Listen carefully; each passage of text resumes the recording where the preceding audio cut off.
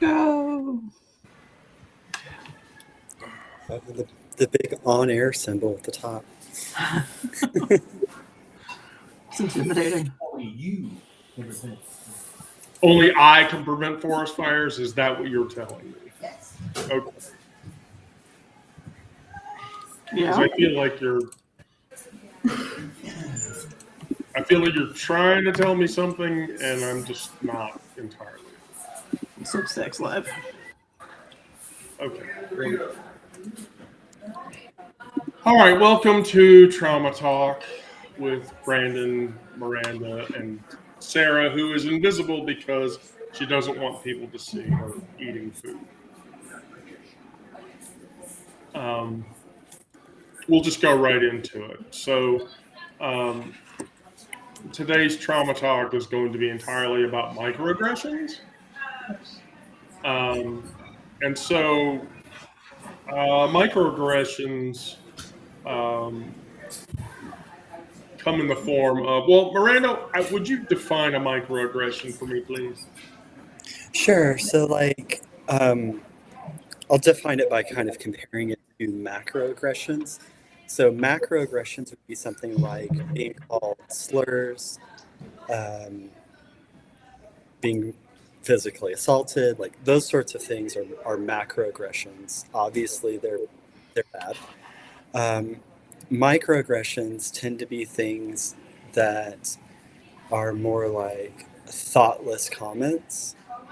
So there may or may not be intent to cause pain, but it's those little things that kind of like eat away at you and make you know that like the person isn't really seeing you for who you are.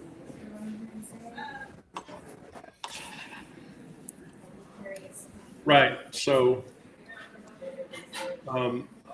going into that capacity, each time we experience a microaggression, being misgendered, the assumption about someone's real gender, a comment about somebody that looks gay or not gay, and then making that out, to a queer person who to objects is just dismissed as oversensitive, or making everything about identity, which is painful. That injury lacks the dramatic visibility of overt violence. Yet our nervous systems react and register each slight like a paper cut. You might as well just be doing paper cuts between my fingers because that's how much it irritates me. That's how much it hurts. The De Rerum Natura, Lucretius said, the drops of rain make a hole in the stone, not by violence, but just by the oft of falling. And that's the case. Microaggressions can feel, over time, death by 1,000 cuts. And so one of the things that I do is, it goes in the book. Every time it happens, I track those patterns when they happen, and making visible what that isolation renders invisible. But sharing those patterns with people in the community that I care about and that I love. From my perspective, the aggressions, microaggressions, and microaggressions that I experienced in Vegas were the same way. There was a rodeo conference that was happening on top of AWS reInvent, and people in their cowboy hats and their big, cowboy boots or whatever, they'd look at me a certain way, and that look is by definition classic microaggression. Now, of course. Yeah, and something that when we're talking about like looks that we get, you kind of develop a skill for knowing whether a look is like a curious look, like, oh, I think I've clocked you. Like that's not Yeah. not Yeah, a big I deal. agree. But if it's like, oh, one of those, that's a different kind of look. Yeah, that's a very different look. That's one of the reasons why we create spaces where queer people um, can talk about these experiences, and then so that the general populace would understand how it's difficult for us. Um, I mean, Brandon, you've experienced that before, right? I have a little bit. It was I think it was last year. I went to a nail salon with a friend of mine, and I don't get manicures or anything very often. For one thing, they're expensive, and I at that time, I could splurge a little bit, but um, I don't know if it was my first time. It might have been my first time getting a manicure. I can't remember, but I was sitting there in the kind of lobby area, I guess, and picking out the type of whatever the color, looking at the colors and things like that.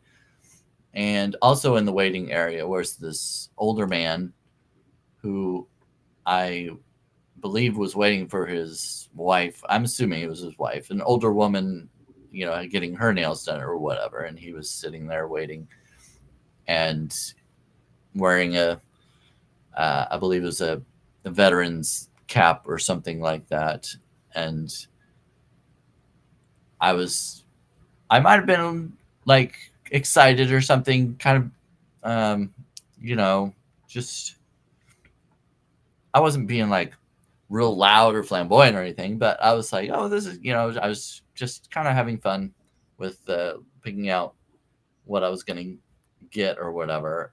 And he, he had his arms crossed, and he was looking over at me and then turned his head and just, shook his head.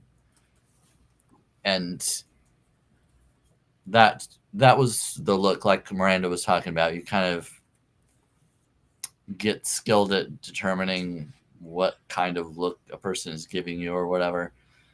And I know it's assuming, but it's pretty clear to me what that look was about, and that shake of the head and avoiding after he looked at me as I was over there and then looking away and shaking his head. I'm pretty sure what that meant, So yeah, I would. That's the most recent one I can think about. I think of, and of course he didn't say anything, and I wasn't. I don't think I was really hurt by it, and yet it sticks in my mind. I see very clearly that. I remember very clearly that circumstance and the way he looked and everything. Yeah, And even it's if you just don't feel the pain right then, like it can still stick with you. right. And it's just so, I don't know. It's just so odd that it's stuck with me so much because he was not somebody I knew. I don't care. I mean, I think I don't care, at least consciously. I don't care what he thinks, and yet there must be something because it sticks in my mind. You know what I mean? I'm just kind of almost, I guess, sad that people, strangers, can't just go about their day and let other people do what they want and without being judgmental or annoyed by it. I wasn't bothering him at all. I wasn't, in his face or anything like that. And Well, that's a perfect segue into the next point in the discussion. But before I do that, Sarah, have you experienced microaggressions before? I mean, yes, but not in that context. Um, but the thing that came to mind was more along the lines of my sister and I will go out places and we'll have my nephew with us, and the number of times that we get looks like as if we're a couple, we always have. And it kind of got put into sharp focus this weekend because it didn't happen at the festival we were at, which was kind of nice. And it didn't really occur to me how much it specifically bothered my sister, but amused me before, until now that it didn't happen and there was just so much visibility. Just kind of eye-opening a bit. Well, there's an issue with this. And going into what Brandon was saying, and I'll turn this back to Miranda. Every time we experience a microaggressive act, we are faced with a relative impossible choice. Do we speak up and be labeled as difficult, which is in and of itself another microaggression? Or do we just stay quiet and internalize that feeling, that emotion? To Sarah's point, someone who perceives, or even a perceived lesbian couple, must decide whether to correct the waiter who assumes that they're sisters when they're not because they're a couple, or correct the waiter that they're sisters and not a couple because they make that assumption.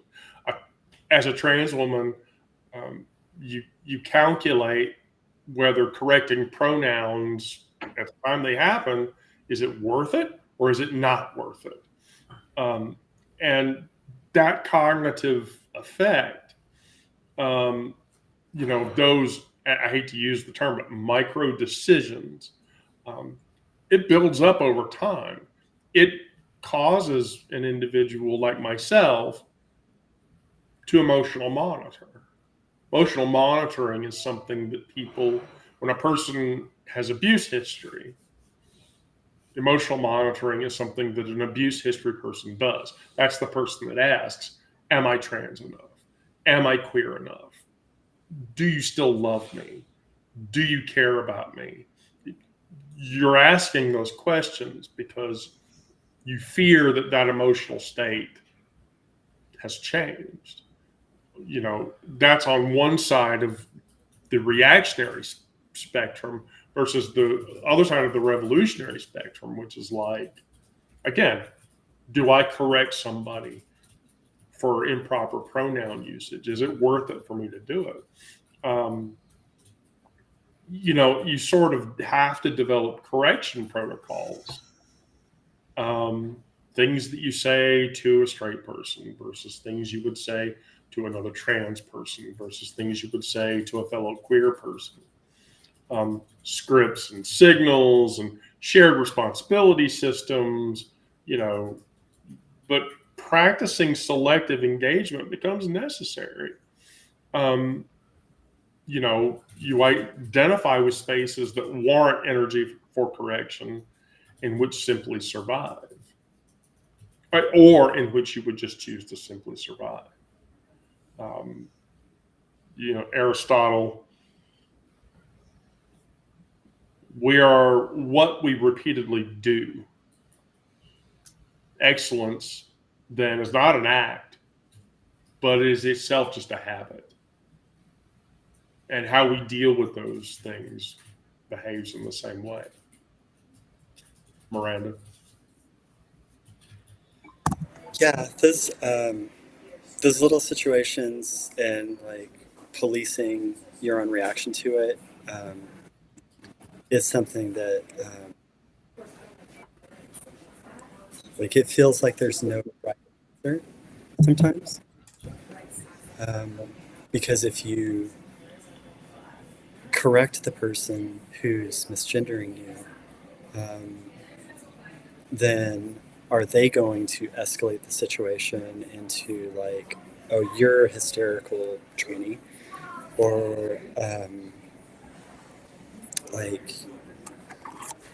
Or are they going to take the correction and try to improve? Are they going to listen to the correction and then like double down on doing the wrong thing? And like you have to think about like every time it happens, you have to think about your relationship to that person. So like correcting strangers, most of the time not worth the trouble.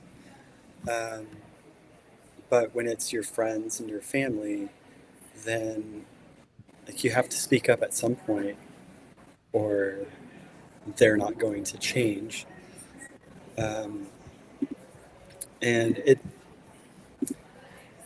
kind of relates to like another thing I put in my notes of people who consider themselves allies, but when there's a situation where you're in mixed company with the ally and people who are more hostile, sometimes the ally will like do things to protect the feelings of the hostile party and not me, you know. And so it's like, oh, so like my personhood is can be sacrificed in this situation so that you don't have to be comfortable. I have to take all the discomfort on myself, and I have to put on a smile so that it doesn't mess up your social relationship with this hostile person.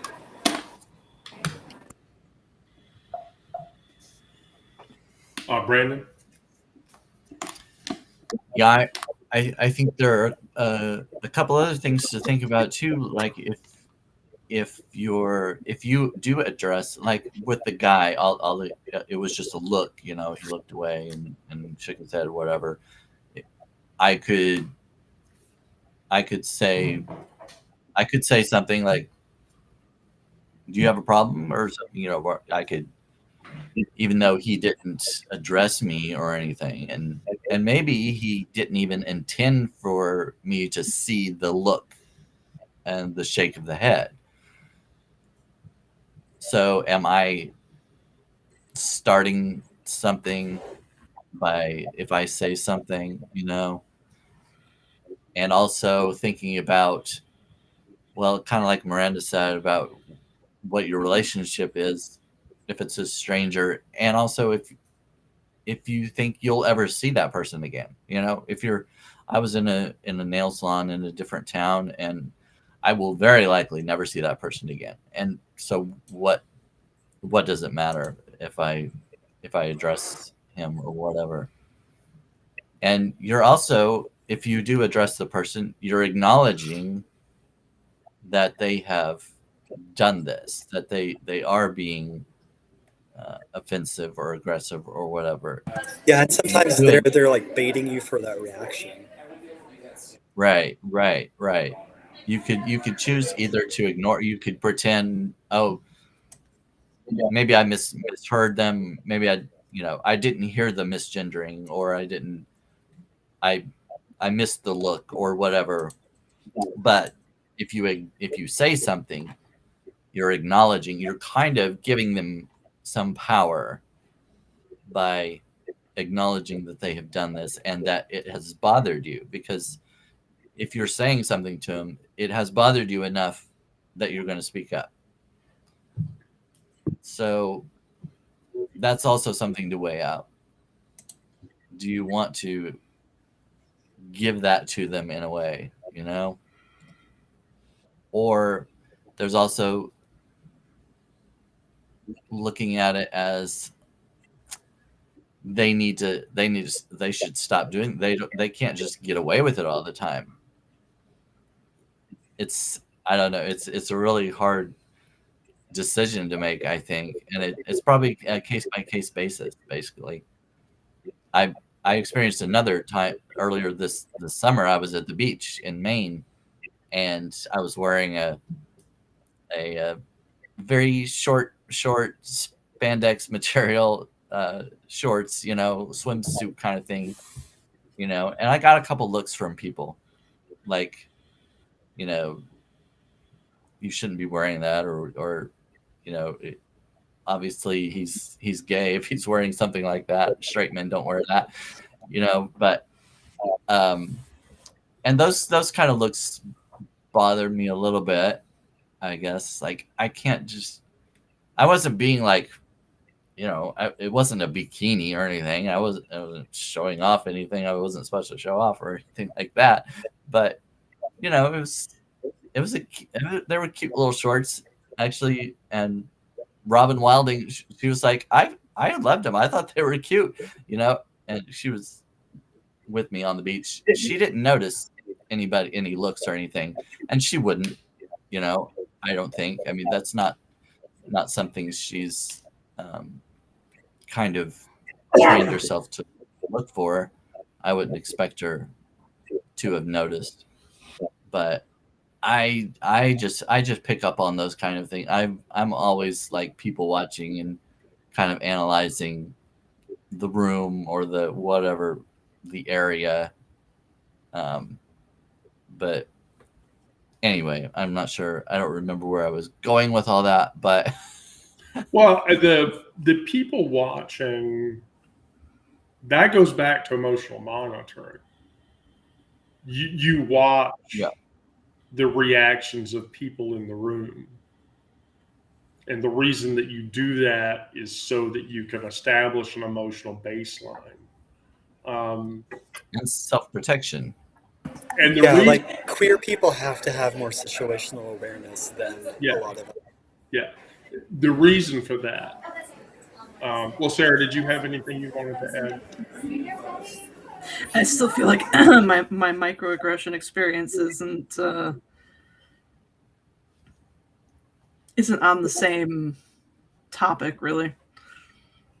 Well, but you're still a baby. You're still baby butching. You're still baby butching. It could still happen. Well, I wanted just to speak to Brandon's point, was the gaslighting of accumulation, because that's the next thing that happens. So when one person approaches me and says, "Are you a man or a woman?"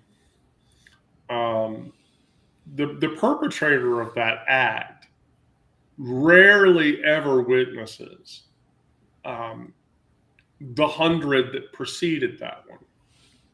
In their mind, they only see it as an innocent. I don't understand. It's an innocent question, or it's a harmless assumption. When a person is bewildered by my gender, and they don't understand my disproportionate reaction to their harmless question. A bisexual person who snaps at yet another, so you're basically just straight now. Comment. Yeah, being trans is fun. Yeah, bi erasure is, oh no, bi erasure is bullshit. No, it isn't. We're not going to do that. But you make that comment, and it appears unreasonable to the commenter who doesn't see the 50 identical comments that preceded it that month, or whatever.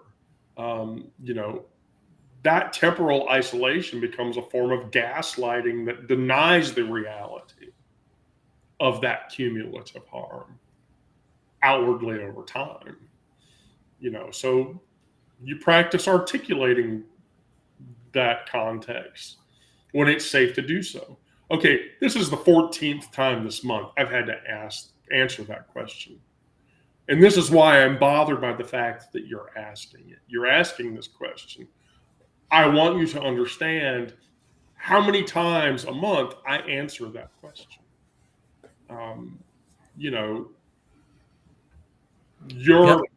Your question could be the straw that broke the camel's back, and I chose to react to it. Brandon? Well, the other part is that it shouldn't matter how many times you've been asked that before. That why is that person asking that in the first place? Right.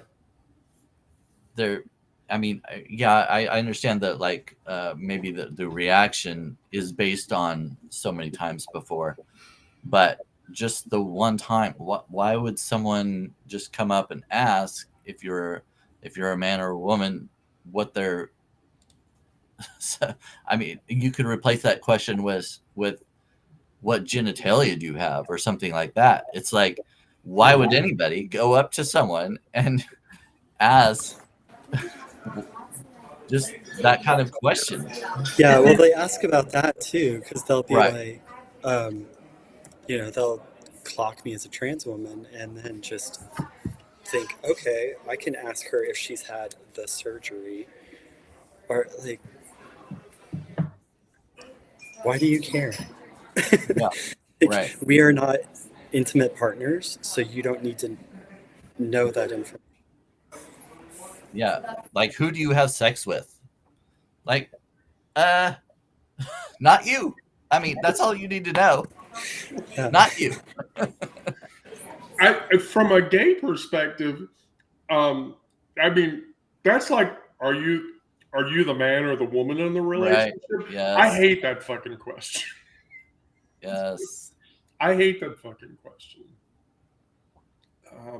But I mean, the terrible thing about our time is precisely the ease with which theories can be put into practice. The more perfect, the more idealistic the theories, the more dreadful that realization becomes. Because, yeah, I mean, most powerfully, refuse the demand to treat each incident that happens to you as a novel. Instead, just name it for what it is and move on. But that doesn't make dealing with that accumulation any worse. It really doesn't. And over time, yeah, those things become a form of gaslighting. I mean, Sarah? I was going to say that there's more compassionate ways to ask for clarity, like asking for pronouns. I mean, my mom and I went to get our haircut this weekend, and there was one of the stylists that I'm assuming my mother asked about pronouns because she's been being educated by me and my child. So she was referring to the stylist as she. So I'm making a lot of assumptions by assuming that she asked for for clarification. But if you want to be able to address somebody properly, and that's the reason for asking the question, that's the most compassionate way you can go about that. And it's like, either people just don't understand that, or they're intentionally choosing to not be compassionate. Yeah, and what I tell people is the best way to ask for someone else's pronouns is to give them yours. So, Yeah. like, even if you are a cisgender person, saying, hi, my name is whatever, my pronouns are she, her, then, like, that establishes that, like, it's okay to respond with your pronouns. Absolutely. That happens quite a bit online too, because there are a lot of people, Substack, Medium, whatever, that they've chosen a name, and it's maybe kind of a vague or innocuous kind of name. It's like, you can't determine their gender or their pronouns just by their name.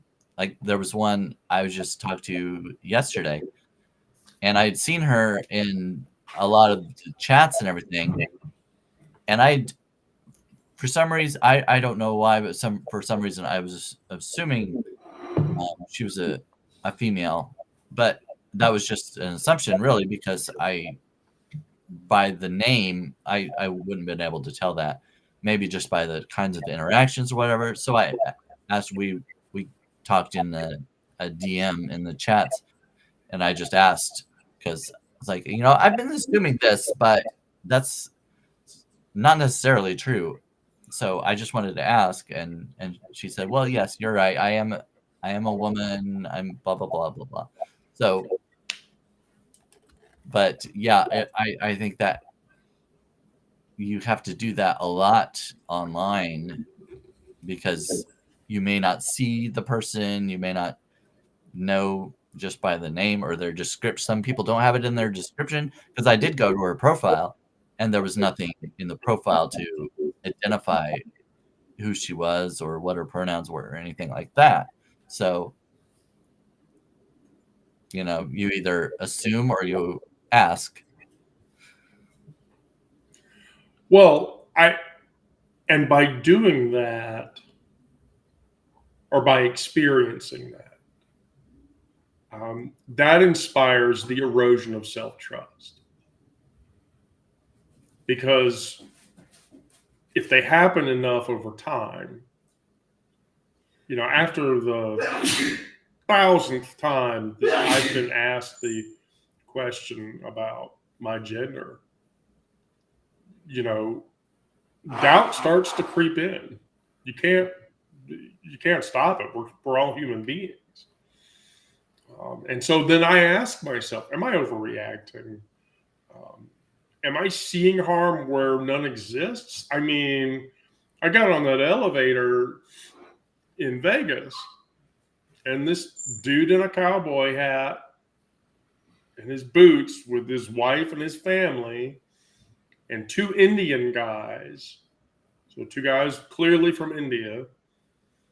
And on the ride up in the elevator, the cowboy tells the bellhop that's helping him with his luggage or whatever, I want to get on a floor that doesn't have any faggot, sissies, or Muslim terrorists on it. Now, when you hear that enough, a non-binary person could begin to question whether someone's pronoun slip was truly careless or an honest mistake. A gay guy, Brandon, could wonder if you're being paranoid for sensing condescension in a tone from somebody who is a straight colleague. That erosion of self-trust is really probably the deepest wound. When external invalidation becomes internalized and we become complicit in our own questioning of ourselves, we end up gaslighting ourselves, because of that. One must still have chaos in oneself to be able to give birth to a dancing star. That's a Nietzsche quote, but it holds true in this case. We have to anchor ourselves in somatic wisdom. The body doesn't lie about threat. When your shoulders tense and your jaw clenches and your breath goes shallow, and you have to pay attention to that physiological reaction, regardless of the external validation. You have to express, that hurts and that's painful, but I have to trust myself. As a trans person, it's a daily task to get in front of a mirror and go, I see Wendy, I see a woman. When I walk out of the house in this dress with my makeup done right, and I'm going to work, which I will do tomorrow, and I get on the transit train to go to work, that I'm okay with myself and that I trust myself. Now, from my perspective, I get on the train, some girl walks by and goes, ma'am, those boots are really cute and I think they look really good on you. That kind of affirmation is boundlessly, that's like Liquid Schwartz from Spaceballs or whatever. Hell, I can run the Winnebago for a week. That's good. Miranda. Sorry, it got loud in here for a second. Yeah, so it really can run the Winnebago for a week. So, like, I don't know what I was going to say.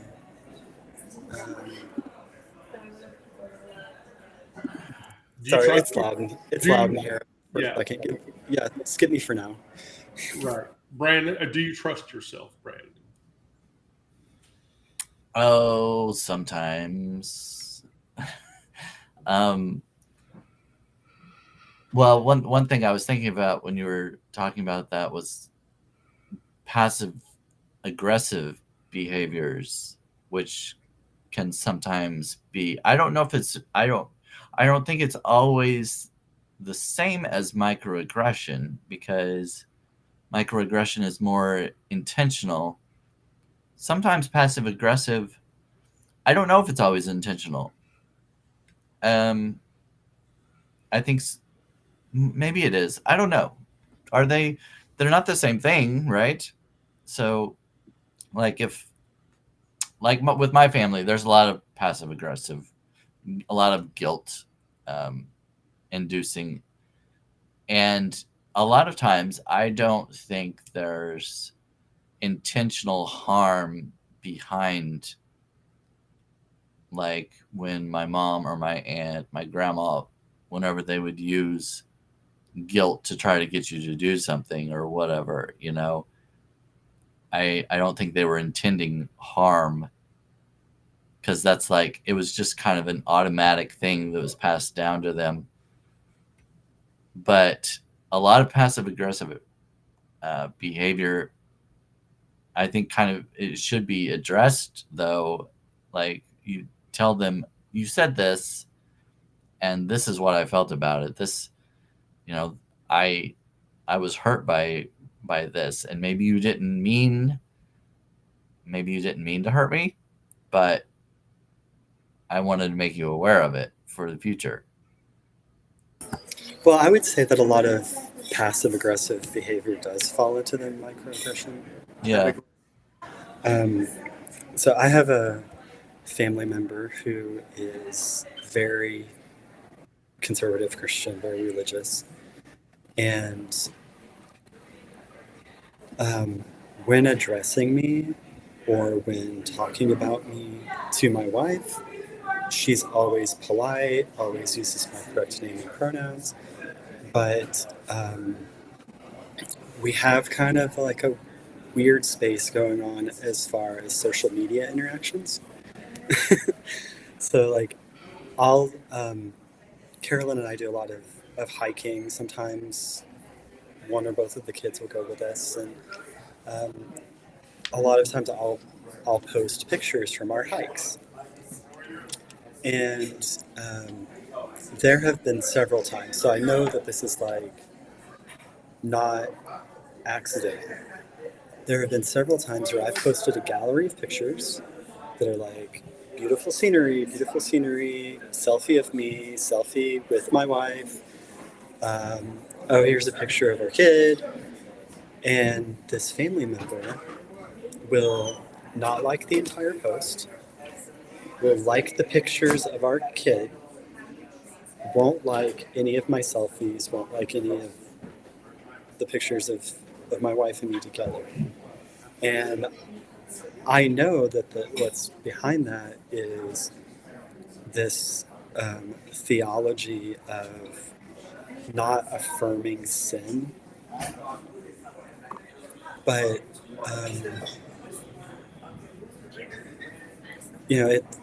it's very painful, because it's like, what you're saying is that, like, you can treat me differently because of who I am, and then wrap yourself in like holiness because of it. So it's very passive aggressive, and it's very much an aggression. Yeah, it sounds very intentional.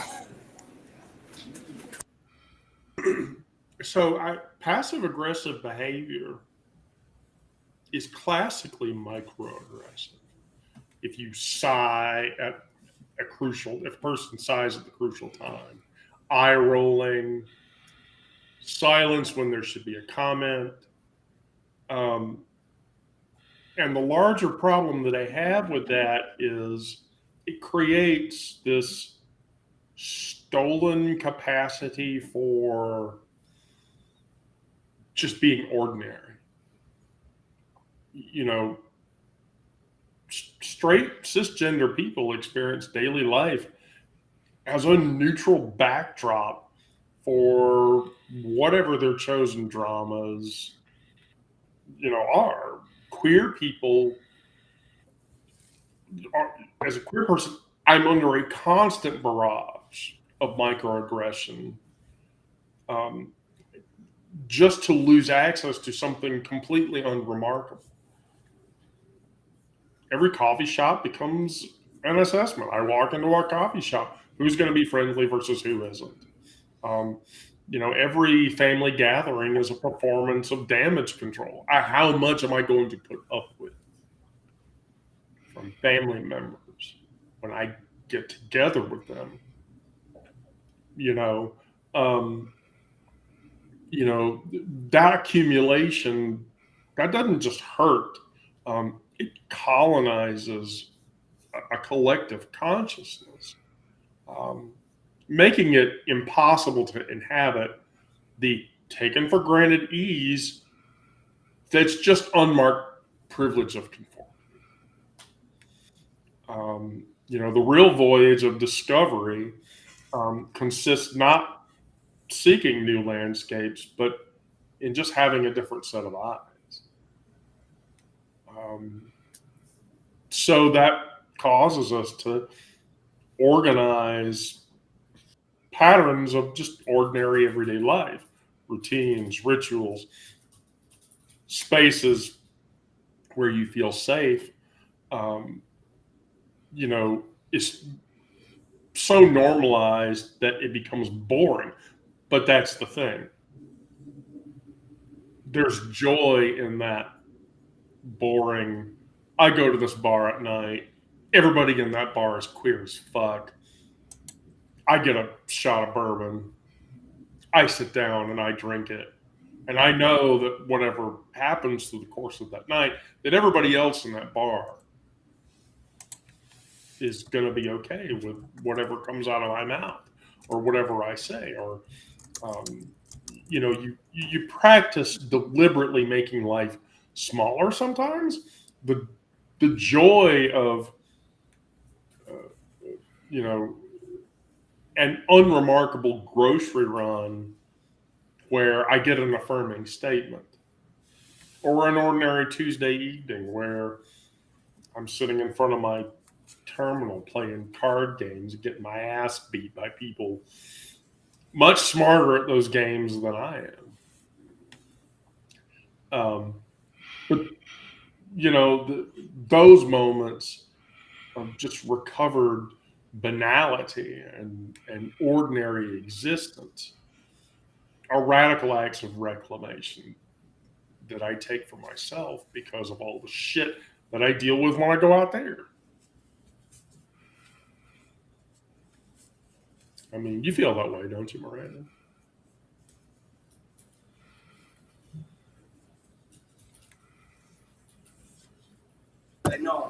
Yeah, like it's talking about the grocery run is so interesting because it's like there have been enough bad grocery runs that just an uneventful one is such a relief. And like we'll plan to go run our errands at like non-peak times to try to make it where it's safer, it's more comfortable, there aren't as many people to have any sort of conflict with. And like the hassle of having to plan around other people's behavior is that sucks. It's definitely a lack of privilege that, if I go to the store by myself on a Saturday afternoon, then I'm going to have my head on a swivel versus if I go with my wife and at a non-peak time, and like there's fewer people, there's also like her there to support me, and like she notices the looks that I get, so like she can stare people down in a way that I can't because she has that like relative privilege where, like we were talking about earlier, if you overreact to a microaggression and suddenly you're the bad one.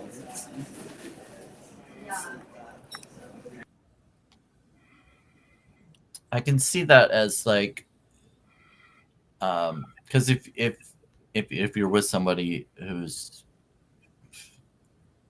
not queer,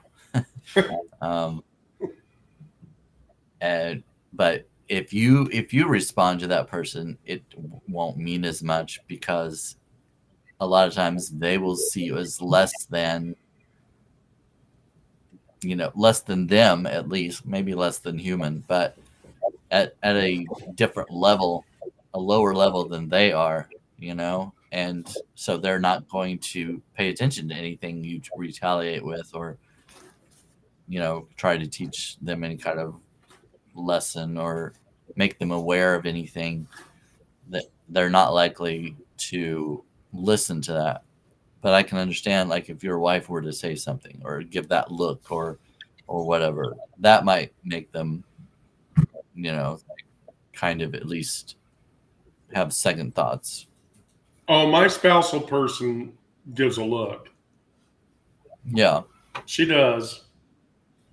She did it in Vegas a handful of times. And sometimes reacting can be just giving them what they want. Right. Well, yeah, that's what I was saying earlier too. If it could be just acknowledging that is what they want and gives them more power.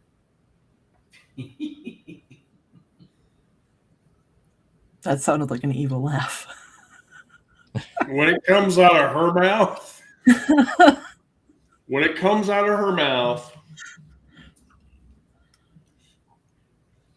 I just want to say that whenever I, like, especially in Vegas, when I see them looking at her and I look at them and they catch me looking at them and they look at her again and they look at me again, I just constantly stare them down. It makes them uncomfortable. They look away and they walk away. Yeah. And I will do that. because she's such a beautiful woman. Because that's the self-worth sentiment. Because I don't feel like, I've written about this in the Queer Space stories. The story from the weekend about going to the doctor. I get misgendered or whatever. I just internalize it and take it. She won't, because she knows I won't say anything or I won't do anything about it. And so she'll do it for me instead. The same way that Carolyn does. It helps when there are other people there to sort of stick up for you or whatever. But yeah, it's painful and it's difficult. And speaking of Carolyn, she faces like a different set of microaggressions because she's my partner. Right. So, there are a dozen times that I've heard, but I'm sure that plenty of times I haven't heard people asking her things like, don't you miss having a man in the house? Don't you miss having a husband? Like those kinds of questions. And, from the like just general focus like that to things like, well, you know, there are these like manly chores, feminine chores, or whatever, like in our stupid gender roles in our society. And like, who takes out the trash? Well, hopefully our 17-year-old, but that's different, you know. Like, you know, the people will like pepper her with those sorts of questions, and sometimes they are like at that level, and that's bad enough. And then sometimes they'll go to the questions of, you know, bedroom activities, whatever. It's just, it doesn't matter. It's not your life. Like, my wife likes being married to someone who loves herself versus someone who didn't love him. Like, why Right. can't that be? Yeah, exactly. Why does that have to be? Why can't it just be that way and everybody accept it?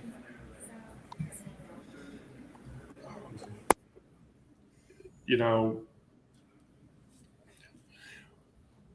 we survive by refusing to apologize for that exhaustion, by letting anger be sacred instead of just swallowing it. You know, we give ourselves permission to collapse into trusted arms without explanation, to say, I just can't today, without justifying the weight that others can't see. You know, survival lives in our family, chosen or otherwise, at 2 a.m. The kind of laughter that makes your ribs tickle when you're laughing. And pronouns land the way that they're supposed to. Nobody's monitoring exits in and out. You know, it's in a group chat. Even a discussion like this, I don't feel threatened by either of you in this discussion. And I feel that I can be honest with the three of you about my opinions. And I happen to love and care about all three of you a whole lot. But I know that in the end, the things that I experience out there, those aren't the things that I'm going to experience here. I mean, even in the people that are watching the session, I've yet to have had anybody in a session that we've done say a T slur or a gay slur or you're fucked up or whatever. I mean, you know, that says a lot from a community perspective. You know, Yeah, like the only things I've had are like somebody coming by the YouTube recording later and, you know, doing their edgelord shit. But like, whatever. You know, that's the thing. I know that the community that we have loves me. We do. I do. I spent a week in your house. I spent a week in your house. By the way, the one on the bottom right is going to spend the weekend in my house. If I didn't care or I felt threatened, that would never have happened.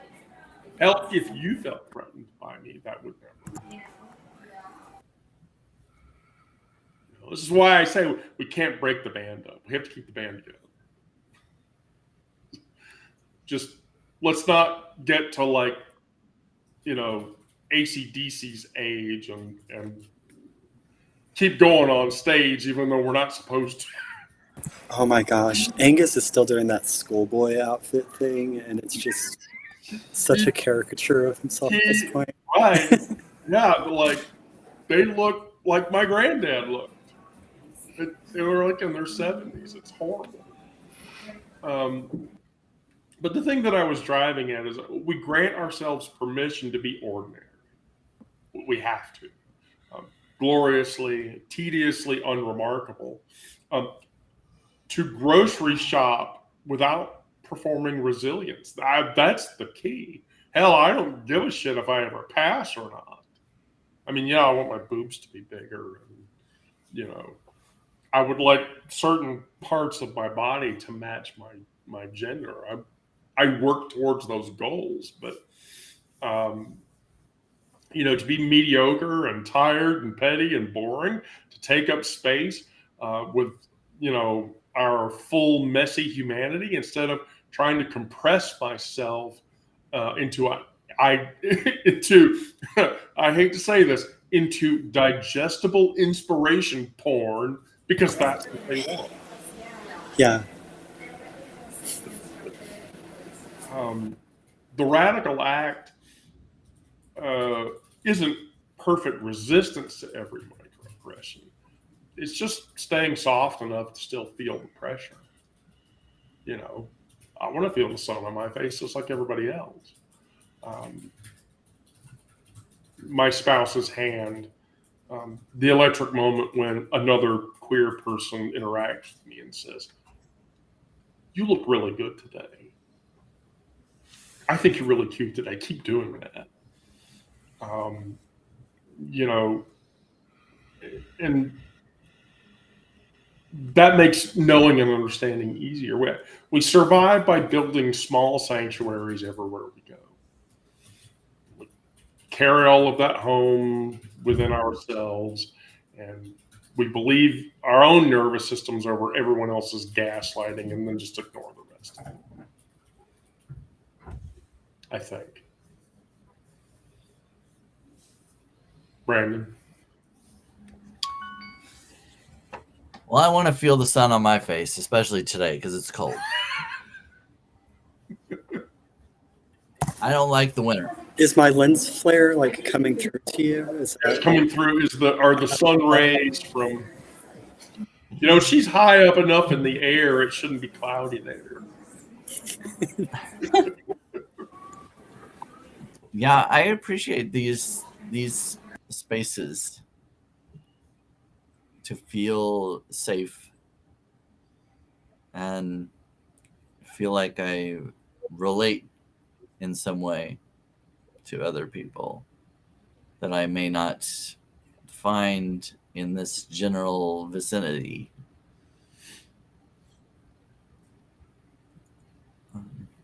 I still want to set you up, but you're gonna have to come. Yeah, You're gonna have to come to Atlanta for that to happen. that's kind of a. I don't know if I can do a long distance relationship. I don't know. I mean, unless he makes lots of money and wants to have me move in with him. I know a few people that would probably move for you. yeah? Project Find Brandon a sugar daddy. I'm not gonna find him a sugar daddy. I'm just gonna find him a husband, but I'm gonna find him a husband that will move to Missouri. I'm okay with moving, but I don't. Just depends on the area and the. You know, I'll have to think about my cats. Well, you would take the pussy with you, right? I mean, Well, But they're semi-outdoor cats, aren't they? well, that's the thing. That's one thing. Like my cat Zoe, she loves the outdoors. She loves being outside. And if I moved to a city area where she had to stay inside, that I don't think I could do that to her. So, yeah, I don't know, but I'm not at that point, so I don't have to think about it right now. Bill DD, I'll think about that tomorrow. that sounds like a tomorrow problem. That's right. That's what I'm saying. I'm Scarlett O'Hara right now. Think about that something tomorrow. for future Brandon to figure out. That's right. Let him worry about it. You know, my grandfather, my paternal grandfather, is buried 10 yards away from that woman's grave. You know that, right?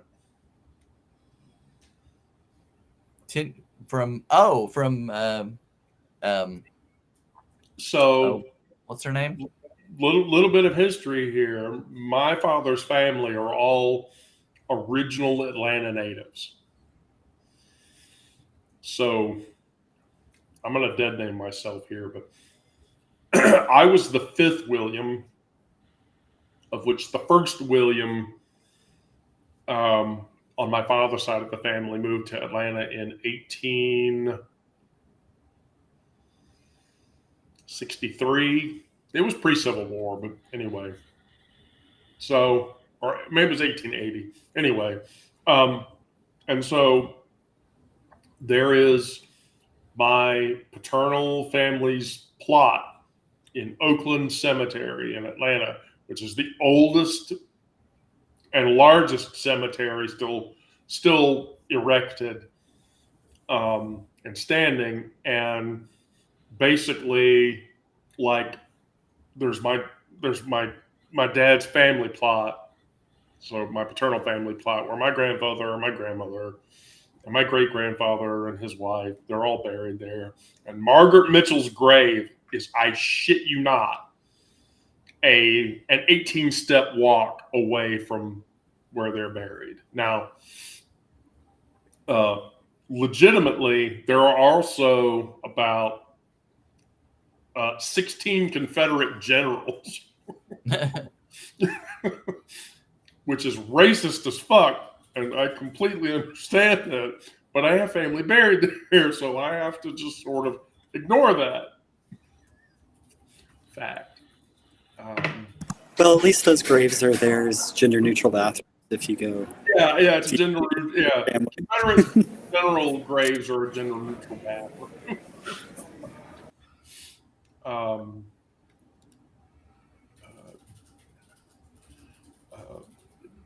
So, but yeah, so when you mentioned Scarlett O'Hara, yeah, Margaret Mitchell's house is still standing in Atlanta. It's about a 15-minute drive from here. You can drive by it. I thought you were talking about the actress. Was it Vivian? Vivian Lee? Yeah. Was she as bad as Joan Crawford? I'm not sure. Joan Crawford was not the best mom ever, I don't think. That's what I hear. Yeah. So that was my close for the microaggressions talk. I'm willing to do the topic for Thursday, but if I do, I'm just going to tell you it's going to be the intimacy talk. Which one was it? Intimacy and how we reclaim intimacy post queer life. Oh. Reclaim intimacy. Yeah. That involves, the guilt of surviving into reclaiming pleasure after trauma. And that's an emotional topic, infinitely more than it's a physical topic. As a matter of fact, the physical aspect of the topic is only like 2 of the points. The rest of the points are all emotional discussion. I'm fine with that being the topic for Thursday. But I think Sarah will have input for that topic. I think so. Oh yeah, I definitely think so. Just to give everybody that's watching, a preview for next Thursday. So Brandon, do you have anything to close? No, nothing I can think of. Sarah? Brandon was talking about like family members doing the guilt trip thing, and I almost lean towards that being included as being intentional, because their point is to inflict guilt, and so it still feels intentional. Yeah, in some cases I think it is. And yeah, I mean, when you do something so long, I don't know, sometimes I think my mom, she doesn't even know she's doing it. She's so used to behaving that way that it's, and I think a lot of times it's not intentionally, like her intention isn't to hurt, you know what I mean? But maybe to get you to do something. Oh yeah, their intention is to manipulate you into doing something, but Right. the hurt is the vehicle for it. Yeah. Yeah, well, I readily agree with that statement. My mom had been doing it so regularly there for a while that I actually had to sit her down during a car ride and be like, listen, you do this almost all the time. It does this to me. You really need to stop. Yeah. She's getting better though. That's good. Glad she's getting better. Yeah. Yeah, over time it improved. But here's the thing: there has to be a catalyst for that. Yeah. And sometimes whatever catalyst that is difficult. That in and of itself becomes crucial. Oh yeah, no, I know what my mom's catalyst is. It's the fact that she's lonely. She lives by herself, and she does things to try to guilt me into spending more time with her when I have a finite amount of time, a finite amount of mental and emotional bandwidth that I can't spend all of my free time with her. Right. So. Brandon? Yeah. So there's like one more type of microaggression that I want to talk about. Please. Closing point. I'm all for it. And that is that even a lot of like well-intentioned people or allies will view my transition as like when Miranda used to be a man versus as a woman now. And it would be nice if allies would understand that like me as a woman is who I've always been, and like the man was a facade. So when people say things like, or they'll ask a question like, blah blah blah. When you used to be a man, like that's I never fit that mold. Like, I played the part, but like that was acting, and so see me as who I am, and not like having to go through this translation process that a lot of times feels very much like, oh, you see trans people as like cross-dresser premium, and that's not who we are. Like, we are who we are. So just want to ask people to be more thoughtful, and whenever we do give feedback for these kinds of microaggressions, really listen to that feedback and like try to take it to heart and try to do better. Yeah, I agree completely. It's better to just say, I've always been a woman. I just haven't been a decently practicing woman for the first 30 years of my life.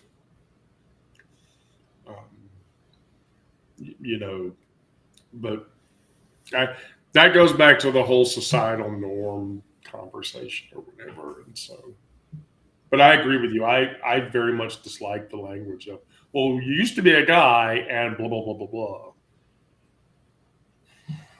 Yeah, okay.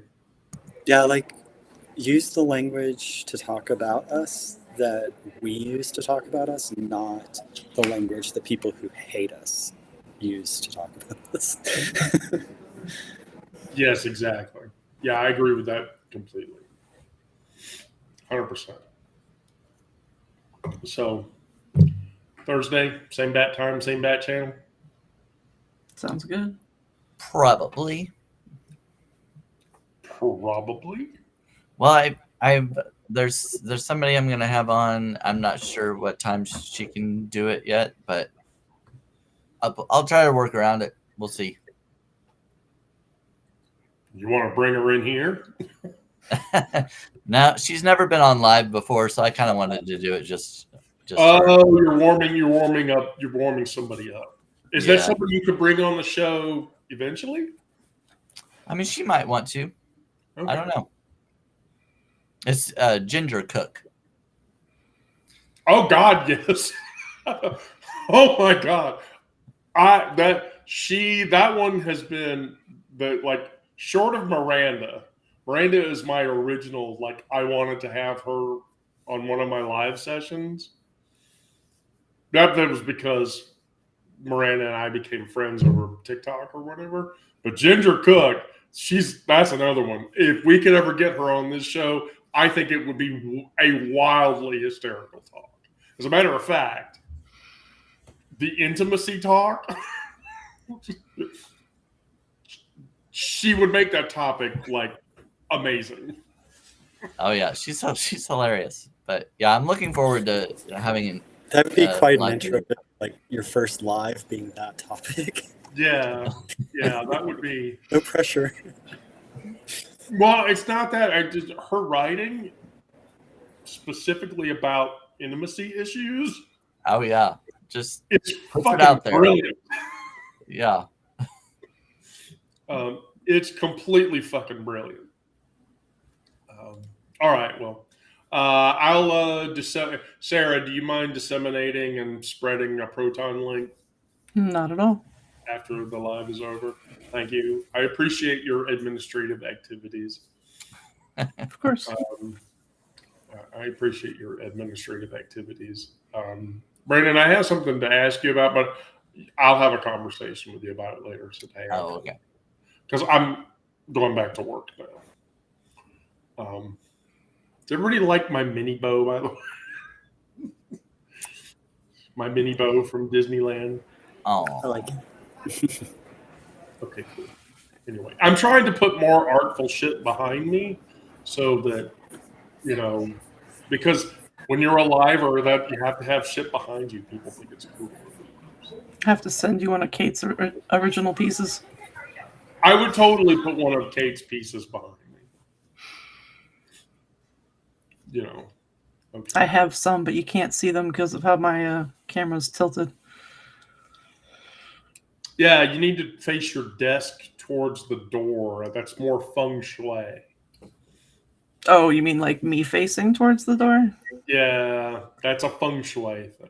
oh really? Yeah, then it just encroaches on the size of the space. Here, before we close, I'm just going to read this out to you. The feng shui of your desk and how it sits. You're going to laugh when I say this, but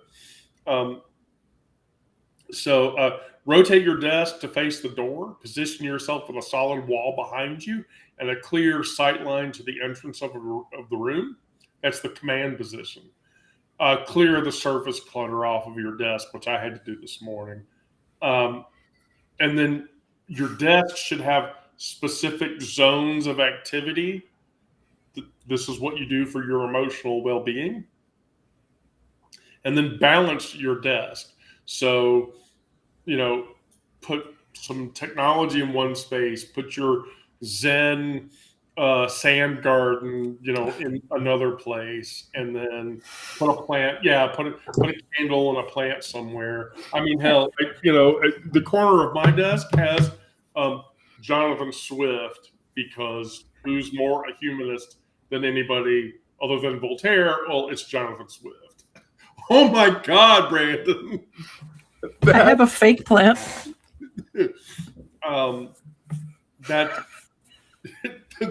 Brandon, that's completely gorgeous. I love that. Oh my God, I want one now. And then, of course, make sure your desk has natural light attached to it. But that's the best plant holder ever. Holy shit! All right, well, we're 15 minutes over. Thank you, everybody, for coming to Trauma Live. I will remind everybody that Trauma Live happens on Monday and Thursday at a start time that is between 1 p.m. and 2 p.m. in the afternoon. Those are all updated on the site. Here, let me drop the site so that everybody knows where to find all this information. Where I advertise for everybody else, by the way, let me go on ahead and drop that link because we have an entire network of people that include Brandon, who I describe as spicy, gay, and lively. There's the network link to everybody's pages.